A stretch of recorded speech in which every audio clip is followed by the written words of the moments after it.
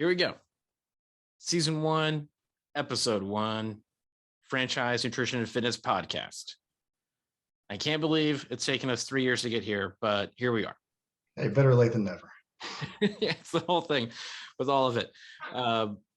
Thinking back, I know we have our pilot episode in there and we talk a little bit about how we became Franchise Nutrition and Fitness. So let's just quickly refresh that so that way people understand where we're at.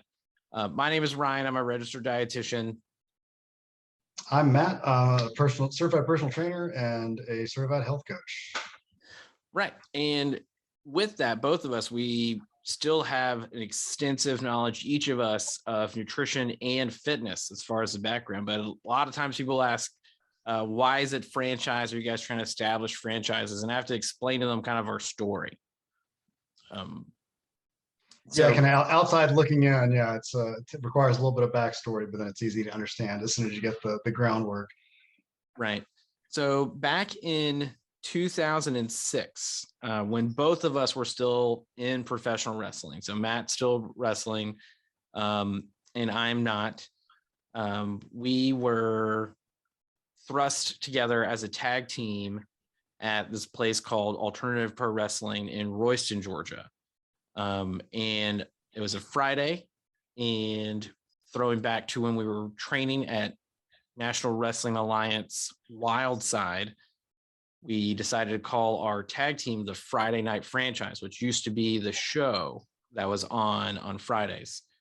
And Matt and I traveled up and down the road through the East Coast and everything for 9 years as a tag team.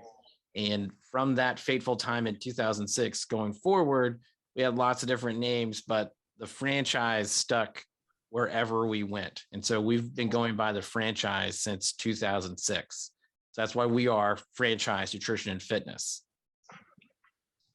And it was, and those car rides, which I'm sure we'll get into, and I know we got into in the pilots, but in those car rides that the groundwork for all of this, for 3 years worth of work, like you said, was laid. And so finally, here we are. So you say 3 years, but like it was even longer, and it's even less because like if we're counting pandemic, like we just don't count the past 2 years. So it's only a year really. So. Right, yeah. Life magically stopped somewhere around March of 2020, and then it didn't start again until today. So yeah, I like it. Perfect job. Nothing has occurred. It's only been in your imagination. You've been in a dream. But either way, so we're Franchise Nutrition and Fitness, and that's the kind of the fun thing. We're starting this out, trying to talk to you guys, explain to you kind of some different things that you can do to improve yourself with your nutrition and fitness. So if you're seeking to better your performance, or you're trying to go through some kind of unique body transformation where maybe you want to lose some weight, or maybe you want to put on some weight, and kind of how does that work out? How do you shape that appropriately? Hopefully you can gain some of that knowledge to help you get along that path while listening to us here on this podcast. Absolutely, and hopefully be a little entertained too, as well as educated. So just an all-encompassing experience from Franchise Nutrition and Fitness. That's right. So today we kind of want to talk about our personal nutrition and fitness stories and our journeys with it, which we feel like are a little bit unique, but also probably similar to a lot of you out there. Like your experience, like we ultimately came together in the end, but I know we had much different backgrounds before. It's definitely gives some very unique perspectives listening to both of us, and so certainly something that I believe our listeners can connect with. I certainly hope so. Yeah, I believe everybody will, but that's kind of the fun thing with it. Everybody has a unique story for themselves, but everybody still similar when you're thinking about bettering your life through your nutrition and fitness. A lot of things will apply to everyone, but there's very minuscule kind of specific things that are each individual person. For example, Matt and I both still need to consume a lot of calories to do the things that we do. But that exact number is going to be different because of what we do. And then also we both need to consume a certain amount of protein every day. That's probably moderately higher than a normal, quote unquote, normal person, because of what we do. But because of our body types and how we utilize those things, those numbers are going to be a little bit different. Absolutely, yeah. It's not a one size fits all approach. I think a lot of times people look for that, and it's easy to do because you want to keep it simple. People, flock to Instagram, flock to Twitter, flock to Facebook, want to find that one size fits all approach, and it doesn't work. If somebody's just starting out with a workout program, with a nutritional program, they're not going to be at the same spot that you're at. You're not at the same spot I'm at right now, and vice versa. You're the dad life now and spending a lot more time being a little sedentary, whereas I'm hitting the gym 5-6 days a week and living my life. So our lifestyles are different, so therefore our training programs are different, our nutritional programs are different, and the people out there, same for them. Right, exactly. And so kind of that's where we want to kind of begin, go back to the beginning, because I feel like there's probably a lot of people, earlier we mentioned the reset, as it were. There's some people that are trying to propose that this was the great reset of a lot of different things. But with COVID, where maybe a lot of people, because of the changes that have occurred, have gone kind of closer back to the beginning and are trying to think, well, this is a new starting point for me. I can take off from here. Matt, do you remember when the first time that you started thinking about nutrition and its role in your nutrition and fitness journey? 15 years old. I can remember exactly. It was about the same time that fitness became an integral part for my life. It was, and I always like to tell people, we like to believe this motivation is this magical thing. Like I'm not motivated. I'm not motivated. I'm not motivated. But you got to find why you're motivated. I always tell people the why. What's the why? Why are you doing it? And my why was I wanted to be a professional wrestler. I was an overweight kid, a sedentary kid. I played baseball, but wasn't very good at it. And baseball is not exactly the most grinding sport if you're not very good at it. You run a couple of times a game if you're good, and I definitely wasn't good. So packing, on the gum and the sunflower seeds on the bench, you're going to pack on calories. And I was an overweight kid.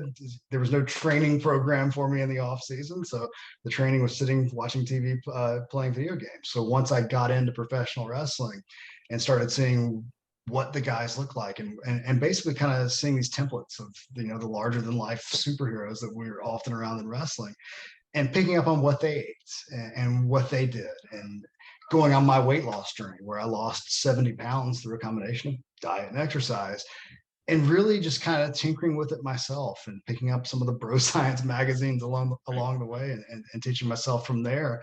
But it was, for me, for a long time, not necessarily eating more quality calories, but it was eating less.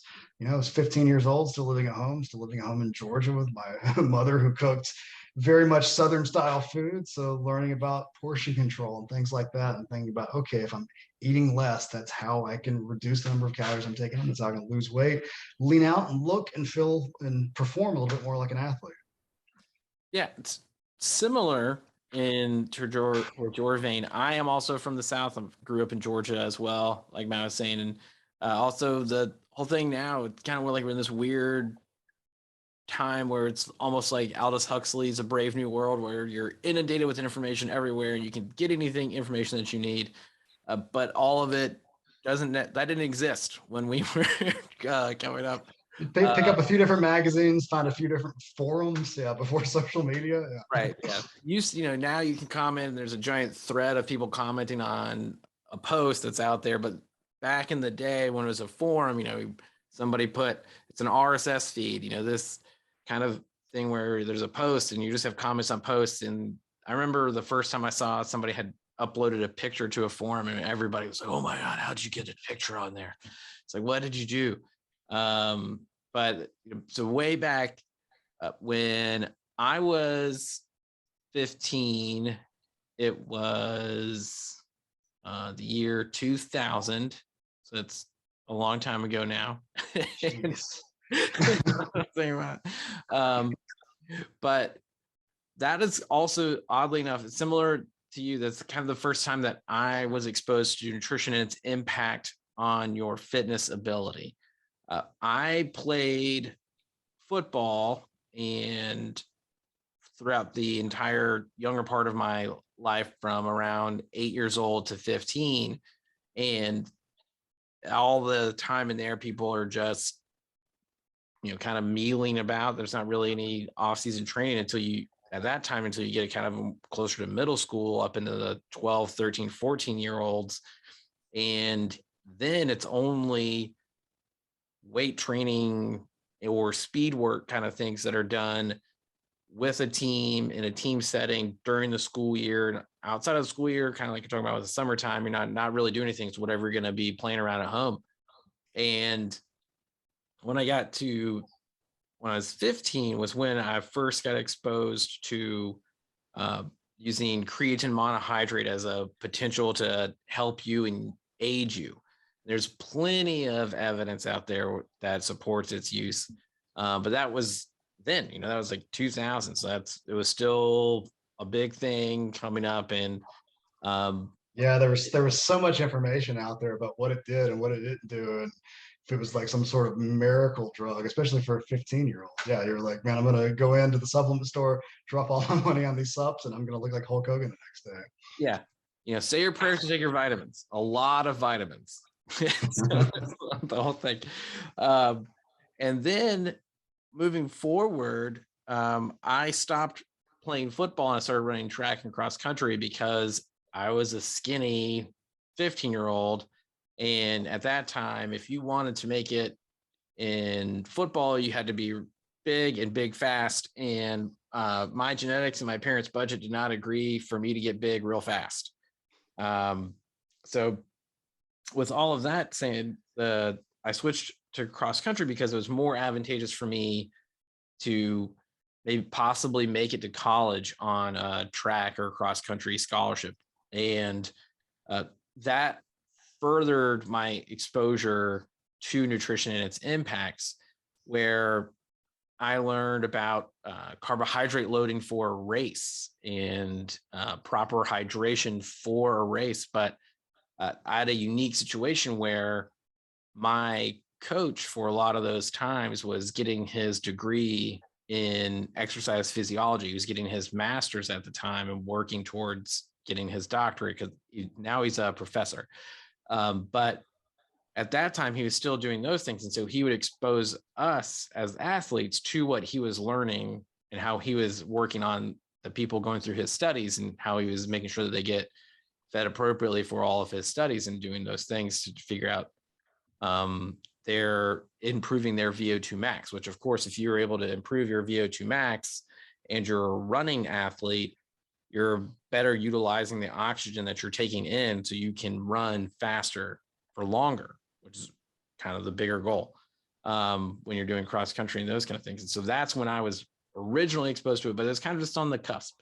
And then when I graduated from high school and I went to college, that's when I started wrestling and going to wrestling training. And similar to Matt, I was on the internet forums. Bodybuilding.com had a huge forum following. The original T Nation had a huge forum on it. And there's a couple of other ones out there that I like. There was I want to say it was Pro Hormone Forum was one, because back then pro hormones were totally legal. Absolutely. They're not illegal. And so that was like big forums where there's a plethora of nutrition information on there.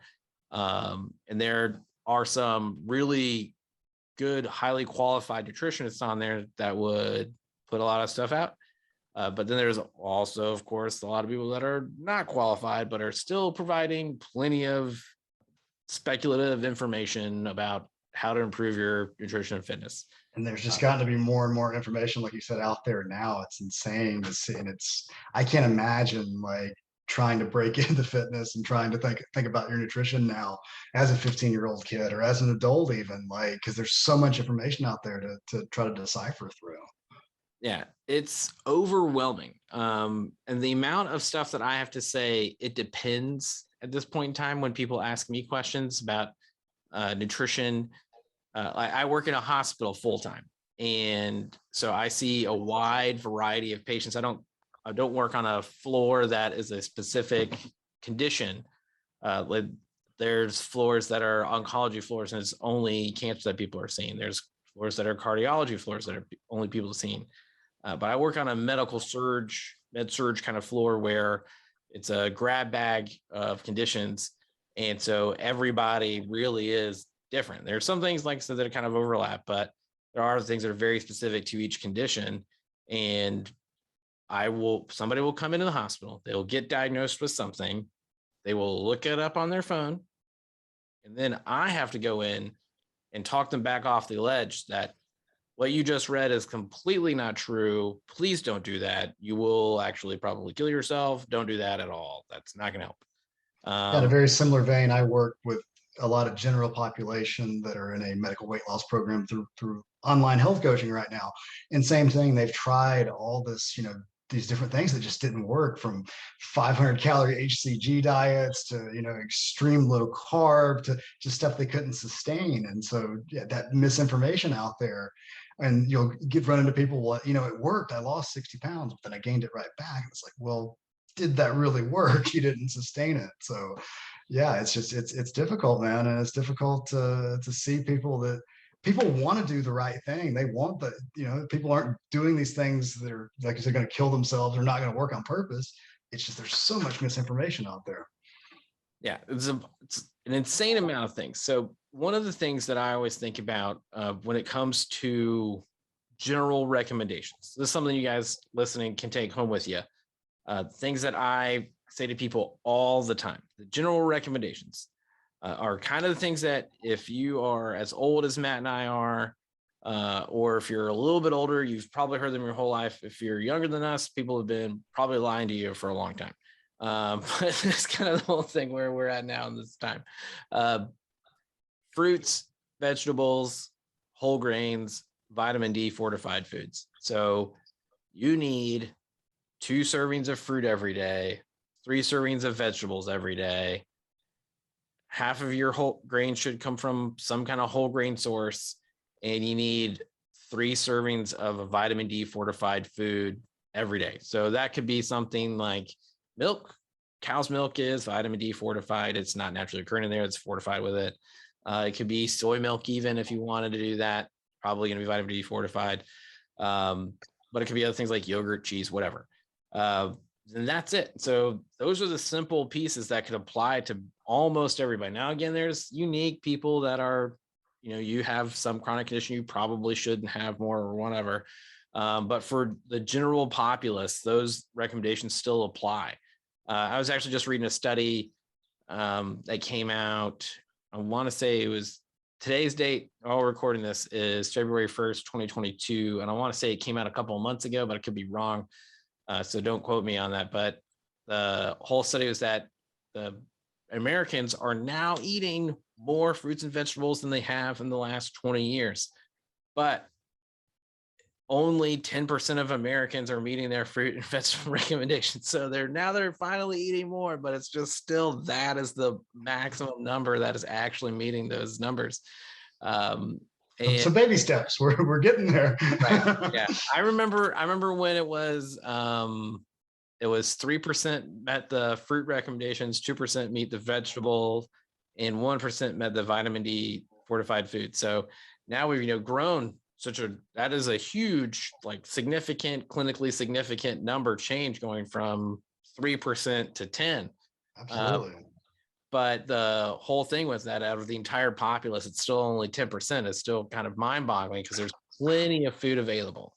Do you find that in nutrition, very similar to kind of I find in fitness, it's people overcomplicate it, and I hate to simplify it, but people overcomplicate it.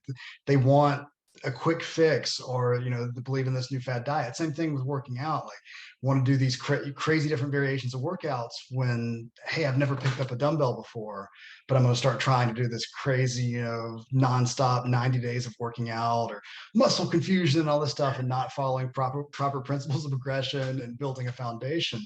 Right. You kind of find that that's what is going on with nutrition as well, of just like, hey, I'm going to try this crazy thing because it has to work.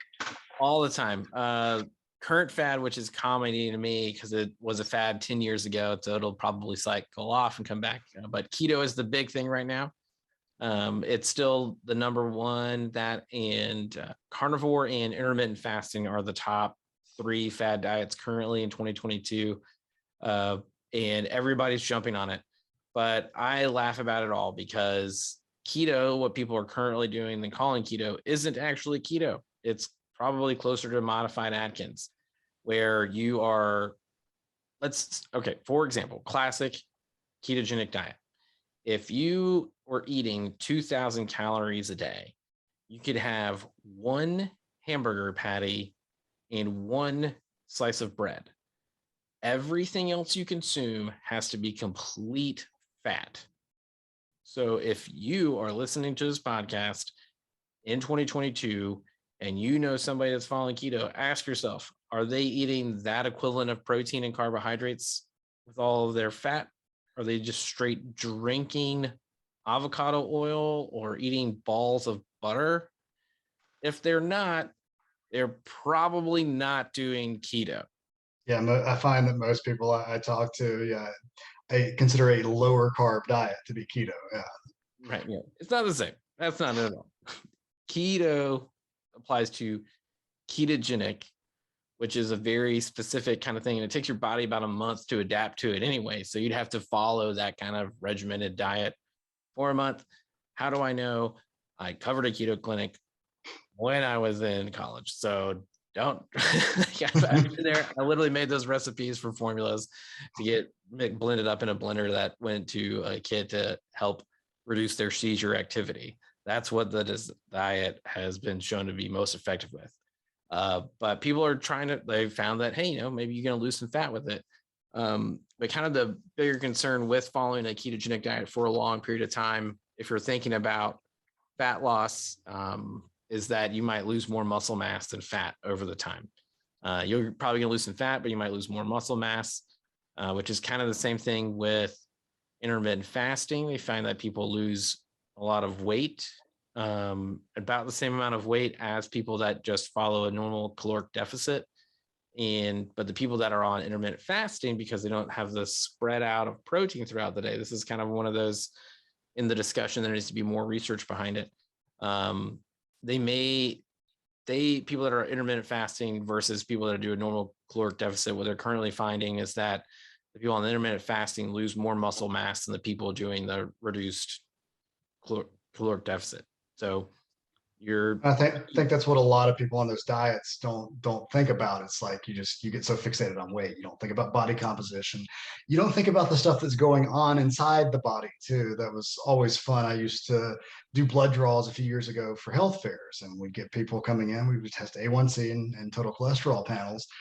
And you could look at people and tell if they were on keto or not, because you'd look at their numbers and they'd usually be decent looking, usually guys. We'll typecast guys right now, pretty muscular, but walking around with, total cholesterol of 400. Like, man, you're on keto, aren't you? Like, yeah, how'd you know? I'm like, because I've got your blood results right here, man. Like, yeah, you're consuming a lot of saturated fat. You might want to back off on that. That's the whole thing. Those kind of the things. Is saturated fat bad entirely? No, I'm not saying that saturated fat is horrible for you and you should entirely move away from it. It's comes back to volumes of things. Like earlier, I mentioned 2 servings of fruit. 2 servings of fruit is 2 half-cup servings. So if you hold your fist up, right? So not including your thumb, that's about 1 cup. We're about, as Matt would attest this, about the size of a baseball. It's about 1 cup. So if you pick up a navel orange and you took the peel off and you hold it, you're probably close to the size of a baseball. That's all the servings of fruit you need in a day. It's not rocket science to get to 2 servings of fruit in a day. Right. It's pretty easy now. Like I always tell people when they're tracking their food, like I just bought apples today. Like that some of the apples I have are this big. That's 2-3 servings of fruit right there, easy. So we often underestimate what we're eating, especially if people that are wanting to reduce calories to lose weight. Yeah, it's kind of the crazy thing. So that's we were talking about our stories, I went from 142 pounds when I was in high school up to all the way up to 215 pounds. I purposefully got bigger across the span of 9 years.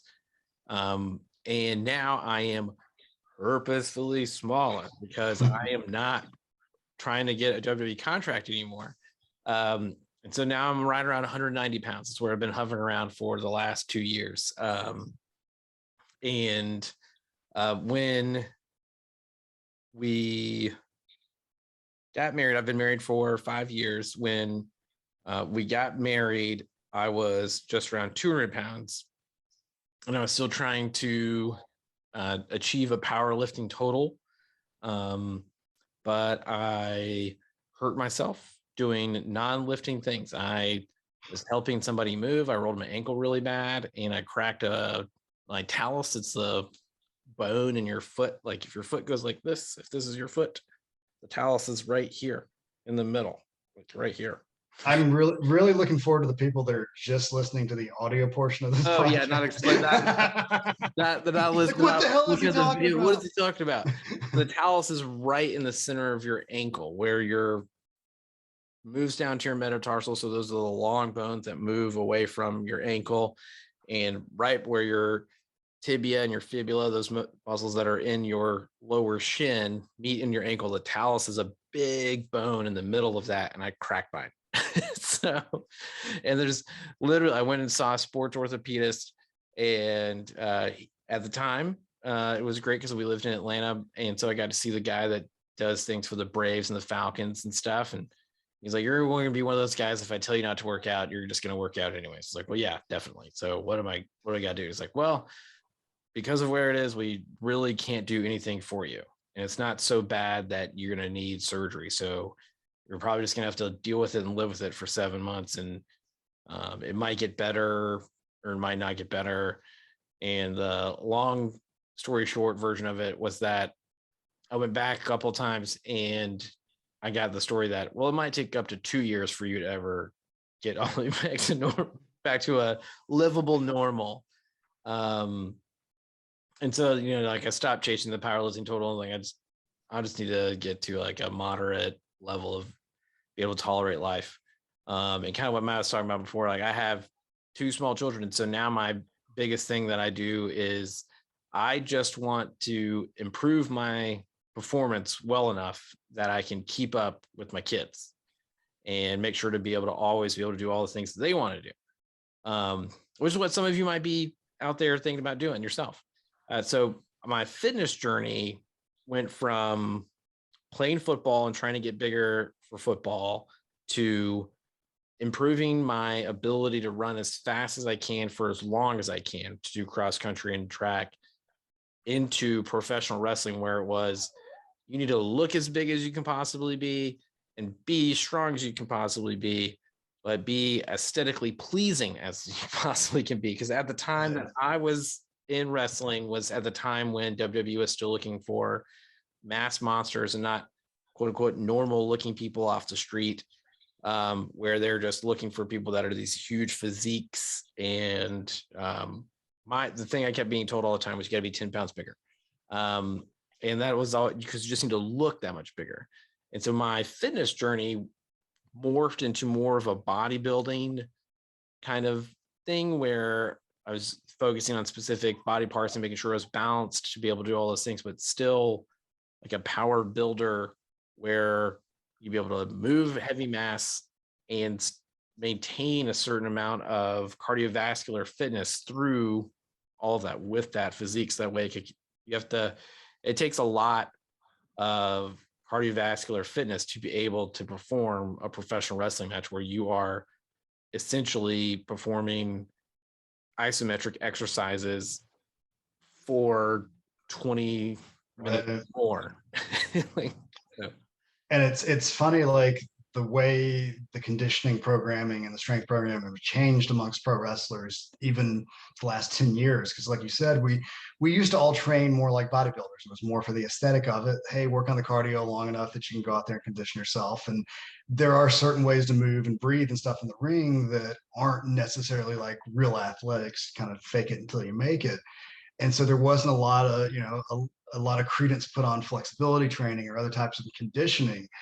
And luckily it started to kind of morph towards that way. And it's still a mindset that even with all the knowledge base I have about everything, I have to make myself do. And I'm kind of being forced to do it now at 35 years old and 19 years in wrestling, and some injuries are catching up to me, of kind of training more, a well-rounded approach of not just, hey, I look good, but I'm going to be able to feel good. I'm going to be able to move around in the next 5 years and bend over and pick up pick up stuff off the floor and things like that. So again, those goals changing, that kind of why changing of this hybrid of, I know eventually I'll transition out of wrestling, and it's not going to be about packing on mass. It's not going to be about, necessarily looking good in the ring. It's going to be about taking care of myself and aging gracefully. Right. And that's kind of the whole thing. The clients that we work with and our goals are working with people that want to improve, go through some kind of body transition performance related thing where you're improving your physique to have the greatest performance that you possibly can. Now, you're not going to go back. I'm never going to be as fast as I was when I was 18. I'm never going to be as strong as I was when I was 25. Well, I take it back. I might be able to get back there. That's a possibility. But don't put that in your head. But it would probably take me another, it took about 10 years to get there. I'd have to start now, and it would take me about 10 years to possibly get back to it. So I'd be 46 before I could even get close. But that's kind of the bigger thing with working with people, is that we all are unique and we all have unique goals. But Matt and I have done so many unique things individually that we're also moved and over to that area where we can help people that have done or have those goals to do those different things. Absolutely. We've had the education and the practice and the experience combined. It's not just one or the other, because a lot of times, you'll get the Instagram influencers of like, man, he's jacked, I want to look like him, and he has no idea. Or you get the people that did really well in a classroom setting and have no real world street smarts with it. So we both experienced both sides of the coin, and like you said, had some diverse experiences and kind of morphed and changed and evolved our own personal goals and our own personal whys, and we can certainly help the individuals that we work with do the same. Right, exactly. And that's the thing that we want to look for all of you people. So you can check us out at franchisenutritionandfitness.com and just click on the link to sign up for a free meet and greet. Whenever we're available, we're happy to talk with you and answer your questions. And then we can start working on helping you achieve your goals and see what you guys want to do. And, feel free to send us a email or message telling us about your own personal nutrition and fitness journey. We want to hear from you guys and see what you guys think about where we've been and where we're going, and then also where you've been and where you're going. Well, what are your goals? What are you trying to do? What do you foresee yourself in the future from a year from now, 5 years from now, 10 years from now? What are the things that you want to achieve when it comes to your performance, and how do you feel that nutrition plays the role in that? And is there anything that you need to change maybe, or things that you need to keep doing for your fitness so that way you can achieve those goals? What are you guys doing?